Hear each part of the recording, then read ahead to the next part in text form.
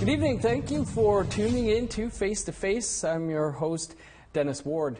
Our guest this week is 60's scoop survivor Stewart Garnett. We've profiled Stewart in the past. He was taken as a young child, like thousands of other Indigenous children.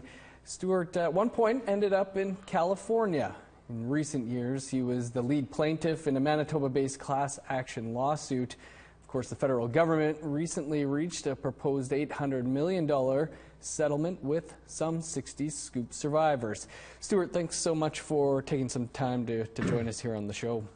As I mentioned, you were adopted out by a Canadian family, not far from your home, but ended up going to Arkansas and California. Do you mind telling us a bit about how it all unfolded?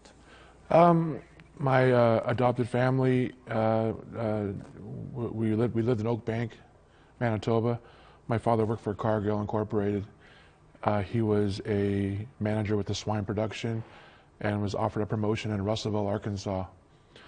We ended up in Russellville, Arkansas for approximately 4 years, and then he was offered a teaching position at a university, a prominent university in Davis, California, to run an animal science program, PhD program in business animal science management. For those who don't know, Oak Bank is not far from your home community of Long Plain First Nation. Did you know that you were that close to home? I didn't know. No, I didn't have any knowledge of Long Plain until approximately 2002. And how did you come to know about that? I was approached by the Canadian government with they had a special adoption unit that sent a letter to me and had my roll number, my status number, and a booklet that was titled "You Wanted to Know," and it was a booklet on First Nation rights and benefits, and kind of was a introduction to being a status First Nation. What did you make of receiving that document? It was overwhelming. And then I was approached by a program called the Southern Manitoba First Nations Repatriation Program. And they liaisoned myself to Long Plain, which then I was in contact with Chief Dennis Meaches, who organized a trip back to come back and meet my community, which I flew back summer of 2004 to meet my reservation. We're watching some of the story that we just recently profiled with you. In it, you mentioned how you grew up believing that you were white the whole time. Yeah, I think every job application in my history of jobs has got white checked on the box. And my parents did tell me that I was Native. I just didn't understand what it meant. We moved around quite a bit, and we had our lives down in California. We lived in a very beautiful town, Davis, which was just a lovely town that was an hour east of San Francisco, 15 minutes west of Sacramento, 40 minutes from the Napa Wine Valley, and just a beautiful town that really captivated the family moment to have a great family raising, and it just kind of didn't correlate with me. What was life like growing up for yourself? Sports and more sports. I was my folks had me in swimming, cross country, basketball, football, soccer. Supportive every step of the way. Dedicated to my being participated in my life, and that's kind of where my life took me. It was being competitive and being always striving for the higher, the better for myself. What was it like for you to find out that you did have family north of the border? Overwhelming. It was how do you juggle the cards of you have a biological mother, you have biological siblings, you have biological family members here in Winnipeg. And that's part of why sitting here today is Dennis Meaches brought me back with no sort of script on how to bring back a survivor or an adoptee. He did it with with the best he could do, and he did it with just a great introduction to to my culture. And even today, Priscilla Meaches is truly a landmark mentor for me as far as family goes. She's she was a co-plaintiff. We were plaintiffs together, and one of the strongest women I've ever met, and a lady that wants me to explore my culture. I've had a very hard time with that. It's not easy. It's not easy to integrate with it. I'm so assimilated with the U.S. and I've felt more comfortable the last couple of about 6 months, where Priscilla has really embraced me with her family. We have Sunday family dinners because we're biological family. We're Myrans on Long Plain, and so she really embraces the culture. And I've had a hard time with it, and I probably will for a long time, but I am who I am. You mentioned, how difficult it is to juggle. What has that been like, having, two families, I guess? Right? Coming back to Winnipeg, our First Nations peoples, whether it be the fallout from residential schools, the 60's scoop, child welfare, 10,000 kids in care. It's over. I don't have any kids. I've never had any kids. I don't have any kids, and it's overwhelming to see the culture, the way, the quality of life, the way that today with the Truth and Reconciliation. I mean, I moved back June 3rd, 2015. June 18th, 2015, the Manitoba apology happened, which was two weeks later, from Greg Selinger, the premier. So to have had that was overwhelming, to see that the province apologizes for this, and it kind of just flushed me into the case, which consumed me, and it led to just an emotional up and down roller coaster for the last couple of years, and it's getting better. You mentioned that you had a life in California. You had a life south of the border. Why have you decided to make your life back here now? I came back for a job with my reserve, and at the time, I think it was put in perspective that it was me meeting my culture and then them meeting me, and it was kind of a different situation, and I had to take a step back, and it leads into the story getting better with myself as far as personal issues. Is that I was going to go back to California. I thought to myself, it's too cold, there's too many bugs, there's too many potholes, the people are rough, and I don't like my culture. And lo and behold, I was going to go back to California, and I was staying at the Fairmont, packed up, ready to go, and I got hired by Bailey's Restaurant, which is part of my healing story. They took me in as family. I'm a full-time bartender there, and they embraced me with my transition. It was kind of the fallout transition part to moving back, and they are just a great, great place to work, and it's been like that for the last 2.5 years, 3 years. Was there something that sticks out to you that helped you embrace your culture that you say you had a hard time with? There's some elders that have come to me and said, we went through kind of the same thing, that our people are so, the economic opportunities that are going right now. Long Plain has Cap Young going on. Long Plain has the Petro-Canada gas station, which is thriving. Cannabis legalization. I mean, I never thought I'd see the turn in my life where you can go buy some cannabis just at the store. The overall opportunity for me to see for myself economically, maybe at Cap Young, to start my own business is kind of where I'm focusing my a small business, and that's kind of my future goal, is to, and also to work with the foundation that Canada proposed in the case. I definitely took a part of my USA way, which Chief Dennis Meaches brought up one day. He said Stewart came back with the USA way, which in the U.S., we were raised different. It's different down there. It's a completely different life. And I come back with that, and it just sort of, it's different. And the way I was raised, especially sports, and I was raised by great coaches and mentors and great parents, that I definitely brought that back, and it worked with me and it worked against me. You mentioned the foundation, and we're going to talk about that and some of the legal things. I'm just going to step aside here for a quick break, and then we'll continue our conversation with Stewart Garnett here on Face to Face.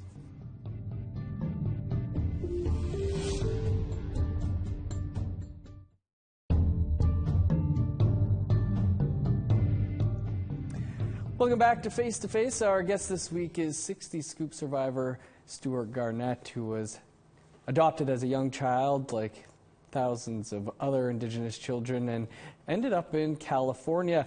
As we mentioned, in recent years, you were the lead plaintiff in a Manitoba-based class action lawsuit, and maybe if you can tell us about how that came to be and where it stands today. In 2004, when I came back with the repatriation program, Chief Dennis Meaches had mentioned that there was going to be some legal activity with my situation called the 60 Scoop, which I had no idea what it was. Mm-hmm. And I'll never forget, he said, quote, "It'll weave its way through the courts." And he said it will take years and years to do. However, when I moved back from California, I was approached by a law firm to be a plaintiff in the case and give a statement of claim regarding the class action. And as you can see, it progressed into the status that it is now. And lo and behold, sitting with you here right now, the announcement yesterday with the judge signing off with some movement. We're seeing some viz here of you, and some will remember how you stood behind Minister of Crown Indigenous Relations, Minister Bennett, as she announced the proposed $800 million settlement for the 60 Scoop. But you didn't know at the time really what the minister was about to announce, right? We didn't. We were asked to jump on a plane and fly out to Ottawa in a matter of 24 hours.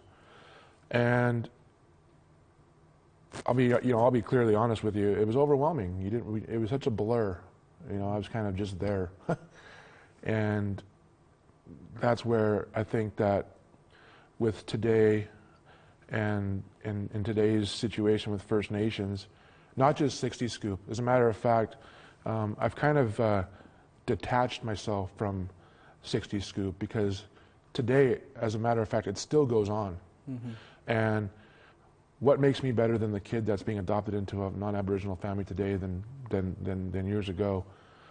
I really want to take the time to say this, that my adopted family loved me very, very much, and they took very good care of me.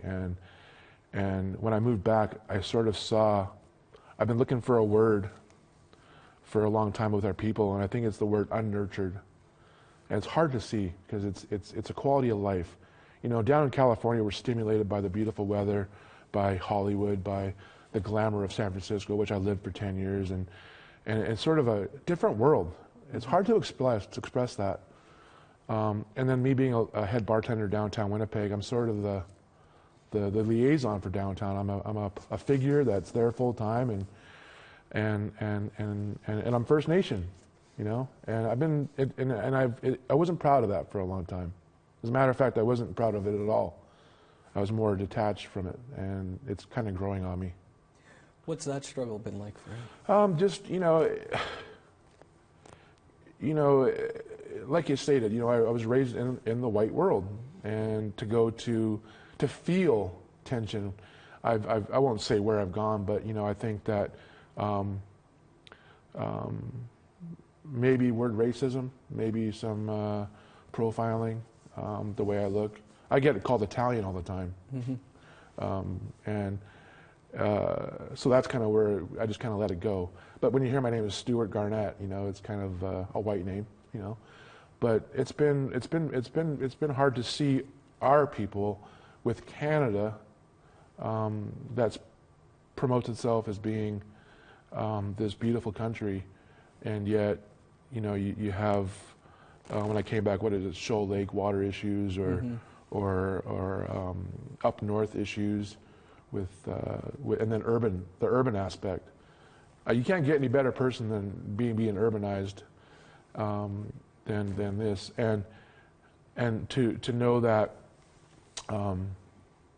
the cause is out of my hands now. It's time for me. It's time for me to not be in politics, but to make a statement, as I'm here with you today, that we have a member from Long Plain who was adopted to the U.S., and this gentleman served. His name is John Prince, and he allowed me to say his name. Mm-hmm. He served 2 tour of duties in Iraq in Desert Storm, and when he came back from Desert Storm, he was a specialist, and I couldn't imagine with his PTSD. But when they found out he was from Canada, they kicked him out of the military. And the gentleman gets no VA benefits from the U.S., and that's disturbing. So my cause is I'm working with some attorneys in the U.S. I've teamed up with a lawyer who's friends with President Obama, Joaquin McCoy, who is he's an international attorney. And I'm gonna reverse this whole situation and kind of tell how I think that the case should have gone, which everyone should be. But being a plaintiff, it was kind of a very fast-paced case that they just kind of moved along a little bit too fast. And it has moved along, as we said, it's been approved, and survivors could see anywhere between $25,000 and $50,000. What do you make of that sum for compensation? You know, again, I step out of myself, and I realize that there's kids out there. Moving back here opened my eyes to the world. You know, with the refugees coming in from overseas, their quality of life is 10,000 times worse than ours. To see kids that, you know, suffer here, our First Nations children in care, is that it's hard. It's hard to see. It really is. And it's almost like you have 2 lives, 2 countries, 2 cultures, and you get to pick and choose one day what you want to be, and you can pick, you know. So that's where that was very hard to deal with. For yourself, though, do you think you know, $25,000 to $50,000 is what people should be seeing for what's happened? You know, I will tell you that it's not. I mean, you know, there's no number. I've been on Facebook for 9 years with people on Facebook discussing this, and there's people that were saying, you know, unrealistic numbers, and then there was people that were sort of realistic, and then I'm like, well, what is realistic? Right. You got a guy that the federal government gave $13 million to for being a terrorist and gets awarded a nice big chunk of change. Then you got a lady in California who spills McDonald's coffee on her and scalds her chest and gets $20 million. And then you have car accidents and this and that, and you have to say to yourself, well, what really is a number? And, you know, I never really had a number. They kind of picked the numbers for us. And for me personally, it was more, I think more just, we didn't get our say in court. We didn't get consultation. We didn't get time to sit down with the attorneys and say, okay, this is what we want to do. Let's put this out there. And like I told you earlier before we came on air, you know, you never take the first deal. Rule number 1 in business. Mm-hmm. And that's where I'm going to let Canada know. I'm going to let the attorneys know. And it's just not a Canada thing anymore. I'm going to bring it to the U.S. And so Canada might get a knock on the door from the U.S. one day. And I hope they do, because we're going to do something about it. Because there's a lot of adoptees in the U.S. that are stuck down there. Right. So Canada needs to realize that you know, there's groups in Canada. I give Dr. Raven Sinclair 100% momentum. She's a great lady. I give the Métis too. I brought my adoption paperwork here, you know, from the CFS. And, you know, in the case when the Métis were excluded, well, why does my paperwork say Treaty Indian and Métis children? Right. You know, so that's where, What I did, and I'm kind of excited to tell you and Canada, is that I'm going to bring a little bit of a USA angle to it now. And we're working on it with the international attorneys. And so, you know, we can talk about this down the road, but I'm working on it. Well, and I do want to talk about attorneys here in a minute, but we do have to step aside, and then we'll be right back to continue our conversation here on Face to Face.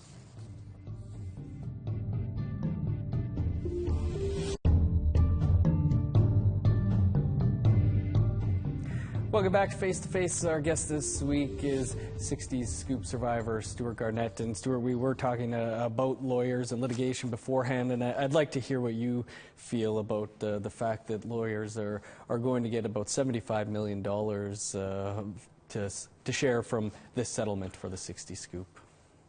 Well, when you take the word J Treaty, basically I don't see a border. So U.S. and Canada, basically, J Treaty would be that we're both, I see one big country in a weird way. So that's where down in the States, that there's case study, there's case law, there's past documents that you use to build a case. And so when I heard the statement, and we did a press conference and objected it, which is what I was meant to do. It was just a natural movement to object and to try to put a wrench in the engine to let them do what they wanted to do. And then to see that, yes, you know, in the U.S., if you're a prominent criminal lawyer or civil lawyer, yes, you get paid $1,000 an hour. Yes, you get paid this and that. However, with the Truth and Reconciliation 94 recommendations and the way the country portrayed itself to me was they'd take the time to look at this thing in more depth. And so for the lawyers to get $75 million it was kind of disturbing. Stewart, we've only got about a half a minute or a minute here. There's also $50 million that's set aside for a foundation. Just a little on what you would like to see from that. Yeah, we want to tell Canada we want to help out with addictions and recovery and healing, but we want to see results. I will say this, that I do see a lot of lip service in Canada. I want to see more action, and that's gonna be my goal to do.